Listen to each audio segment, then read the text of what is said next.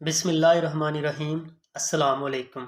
आज इस वीडियो में चैप्टर 8 के एमसीक्यूज़ देखेंगे, जिसमें पहला एमसीक्यूज़ है हमारे पास, वाटर फ्रीजेज एट, पानी कितनी डिग्री पे जम जाता है। तो हर बच्चे को पता है 0 डिग्री पे, लेकिन ज़ीरो किस कंडीशन में आएगा, जब हमारे पास सेल्सियस का जिक्र किया जाएगा। सी 0 सेल्सियस पे पानी जम जाता है, लेकिन यहाँ तो सेल्सियस वाला कोई ऑप्शन ही नहीं है। तो फिर हमने देखना है, इसका राइट ऑप्शन होगा 32 फ़ारेनहाइट। क्यों? अगर मैं यहाँ आपको बता सकूँ, ये याद रखना है, ये सेल्सियस वाला कॉलम है, ये फ़ारेनहाइट वाला। तो यहाँ अगर मैं आपको दिखा सकूँ, जो 0 सेल्सियस होता है वो 32 फ़ारेनहाइट के इक्वल होता है। यहाँ आप देख पा रहे हैं। अगर तो क्योंकि इसने ऑप्शन फ़ारेनहाइट का दिया हुआ है, तो इसलिए हम 32 फ़ारेनहाइट पे लगाएंगे। अगर उसने केल्विन का ऑप्शन दिया होता, तो ये वाला कॉलम जो है ये केल्विन का है, तो यहाँ केल्विन का ऑप्शन दिया होता तो फिर हमने 273 पे निशान लगाना था। यहाँ पे देखें, हमारे पास केल्विन -273 है। इसका मतलब केल्विन वाला फिर नहीं है। यहाँ पे सिर्फ हम लगा सकते हैं फ़ारेनहाइट वाला, और फ़ारेनहाइट वाला ही यहाँ पे सूट कर रहा है।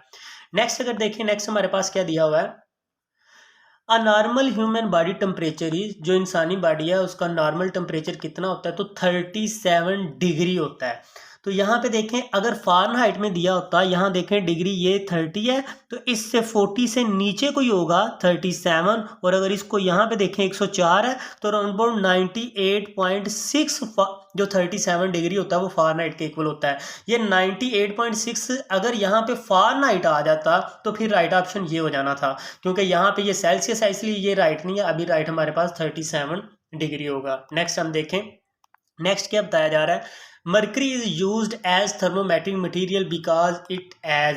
अब हमने ये बताना है कि जो मर्करी है वो थर्मोमेट्रिक मटेरियल के तौर पे क्यों इस्तेमाल की जाती है। तो सबसे पहले तो हमें ये पता है कि जो थर्मामीटर है उसमें क्या यूज़ होता है, मर्करी। तो ये थर्मोमेट्रिक मटेरियल में आती है कैसे? सबसे पहले यूनिफॉर्म थर्मल एक्सपेंशन, बिल्कुल ये एक तरतीब के साथ ऊपर जाती है जो इसके अंदर मरकरी है। दूसरा, लो फ्रीजिंग पॉइंट, मतलब ऐसा नहीं अगर आप इसे मरी लेके गए हो और वहाँ पे ठंड बहुत ज़्यादा है या किसी ठंडी जगह पे लेके गए हो, तो ये फ़ौरन नीचे जो लिक्विड है वो तो इसके अंदर जम गया है, तो ये ऊपर ही नहीं आएगा। तो आप किसी का बुखार कैसे मेजर करोगे, टेम्परेचर कैसे मेजर करोगे? Small heat capacity, for example अगर किसी का टेम्परेचर बहुत ज़्यादा है तो आप उसकी बॉडी के साथ ये टच करते हो तो ये मरकरी खुद ही पानी पीना शुरू कर देती है, तो फिर ये किसी का मेजर कैसे करेगी? लिहाजा यहाँ पे इसमें यह है कि स्मॉल हीट कैपेसिटी है, ज़्यादा हीट किसी की अपने अंदर जज्ब नहीं करती, तो ये ऊपर वाली सारी चीज़ें मरकरी के अंदर होती हैं, इसलिए यहाँ पे आएगा all of the above. Next देखें, तो नेक्स्ट क्या बताया जा रहा है हमें, विच of the following material has large specific heat. तो लार्ज स्पेसिफिक हीट कैपेसिटी किसकी होती है, तो वो हमारे पास राइट ऑप्शन है वाटर। कैसे? यहाँ पे देखें कि आप जब पानी को आग के ऊपर रखते हो तो वो फ़ौरन गर्म नहीं होता, तो लेकिन हीट तो उसके अंदर जा रही होती है, तो वो हीट कहाँ जा रही होती है, वो हीट पानी अपने अंदर जज़ब कर रहा होता है। इसलिए हम कहते हैं इसकी स्पेसिफिक हीट कैपेसिटी, हीट को जज़ब करने की जो कैपेसिटी है ज़्यादा होती है। इसके बरक्स अगर लोहे के ऊपर आप कोई सिल्वर या लोहा, आग के ऊपर सिल्वर या कोई लोहा रखोगे तो आप देखोगे ये फ़ौरन से गर्म होना शुरू हो जाएगा, लेकिन पानी फ़ौरन से गर्म नहीं होता, इसलिए इसकी स्पेसिफिक हीट कैपेसिटी सबसे ज़्यादा वाटर की होती है। नेक्स्ट अगर बात करें, नेक्स्ट क्या बताया जा रहा है, which of the following material है large value of thermal coefficient of linear expansion. तो इसके लिए आपको टेम्परेचर थर्मल, ये जो कोफिशिएंट ऑफ लीनियर एक्सपेंशन वाला टेबल है चैप्टर 8 के साइड बॉक्स में आपको मिल जाएगा, वहाँ जाना है और इन चारों में से देखना है किसकी वैल्यू सबसे ज़्यादा है, तो आपको एल्यूमिनियम की मिलेगी, तो आपने एल्यूमिनियम के ऊपर निशान लगा देना है। नेक्स्ट अगर देखें, तो नेक्स्ट हमें बताया जा रहा है, what will be the value of beta for a solid for which alpha has a value. कहता है अल्फा की वैल्यू ये है, तो आपने बताना है बीटा की वैल्यू कितनी होगी, जबकि हमने पढ़ा हुआ है जो बीटा होता है वो 3 अल्फा के इक्वल होता है। तो ये भी बोर्ड में एमसीक्यूज आया हुआ है कि बीटा कितने अल्फा के इक्वल होता है, तो बीटा 3 अल्फा के इक्वल होता है। तो यहाँ पे देखो 3 ऐसे ही है। अब अल्फा की वैल्यू कितनी दी है, 2 मल्टीप्लाई 10 की पावर -5, तो 2 3 से मल्टीप्लाई हो गए 6 मल्टीप्लाई 10 की पावर -5, तो राइट ऑप्शन हमारे पास ये। और यहाँ एक और चीज़ भी याद रखना, अल्फा है या बीटा है उसका यूनिट क्या होता है, पर केल्विन। तो ये भी एडिशनल एमसीक्यूज करवा रहा हूँ, ये भी बोर्ड में आ जाता है। नेक्स्ट हम देखें, नेक्स्ट क्या बताया जा रहा है, a large water reservoir keep the temperature of near by land moderate due to. हमें ये पता है कि जो पानी है उसकी हीट कैपेसिटी सबसे ज़्यादा होती है, अभी पिछली ही स्लाइड में आपने समझाया है।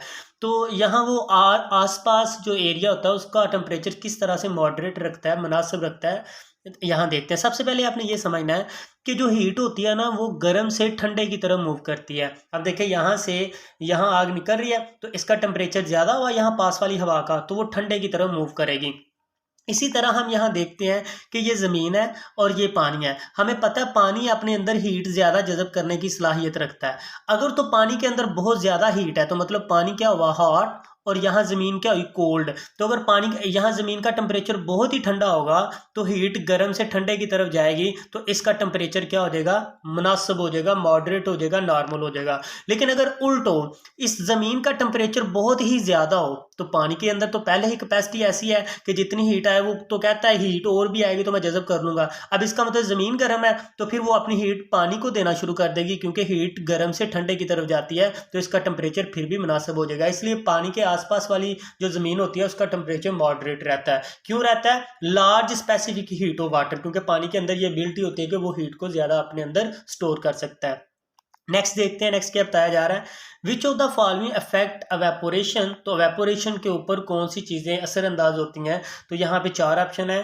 टेम्परेचर, बिल्कुल जी, किसी चीज़ का अगर टेम्परेचर, फॉर एग्जांपल ये कोई चीज़ गर्म है अगर, और ये एक चीज़ है इसका टेम्परेचर बहुत ज़्यादा है, तो भाई इसमें भाप जो है इसमें वेपोरेशन भी ज़्यादा ही निकलेगी। सरफेस एरिया, अब देखें इसका एरिया कम है तो इसका एरिया ज़्यादा है, तो जिसका एरिया ज़्यादा होगा तो उसमें से क्या होगा, वेपोरेशन ज़्यादा होगी। जिसका एरिया कम होगा मतलब टेम्परेचर ज़्यादा होगा तो वेपोरेशन भी ज़्यादा, और ये टेम्परेचर के ऊपर भी वेपोरेशन डिपेंड करती है, एरिया के ऊपर भी डिपेंड करती है, और वेंट के ऊपर भी करती है। मान लो अगर आपने कपड़े ड्राई होने के लिए आपने हैंग किए हुए हैं, तो अगर हवा चल रही है तो बहुत जल्दी ये ड्राई हो जाएंगे, तो मतलब वेपोरेशन जो है वो फिर हवा के ऊपर भी डिपेंड करती है। तो ये तीनों के ऊपर डिपेंड करती है, इसलिए ऑल ऑफ अबव यहाँ पे राइट ऑप्शन हमारे पास होगा।